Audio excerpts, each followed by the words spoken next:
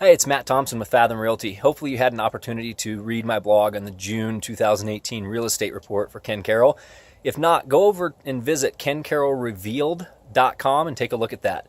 I want to dive into the big issue that we're starting to see with the average days on market for homes currently for sale versus the ones that are actually selling, and that massive discrepancy that's starting to creep in.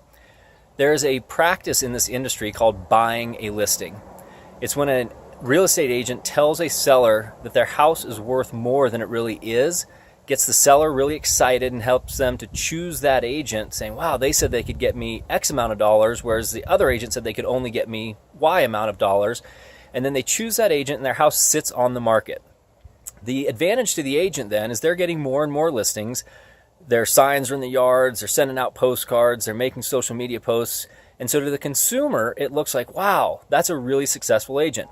Meanwhile, that home seller is having their house sit and sit and sit, will eventually end up taking less for their home. And as you can see in the blog post, it's costing them an average of $72,000 to overprice their house from the beginning. And you can see the breakdown for that in the blog. The issue that we're seeing is it's one or two agents, one or two brokerages that are coming up over and over again here in Ken Caryl, that they are having a significantly longer days on market and a significantly lower list price to sales price ratio than all the other agents out there. So my encouragement to you, if you do have a house to sell here in Ken Caryl, really do your homework, do your research, interview a couple different agents and figure out why they want to price a house where they are. Look at their statistics, look at their average sales price to list price, look at their average days on market, and make sure that you are getting the best value. It's not about how much you pay them, it's about how much you put in your pocket. As a buyer, it's also important that you're looking to see, does my agent understand this market, or are they going to encourage me to come in and overpay just to get in?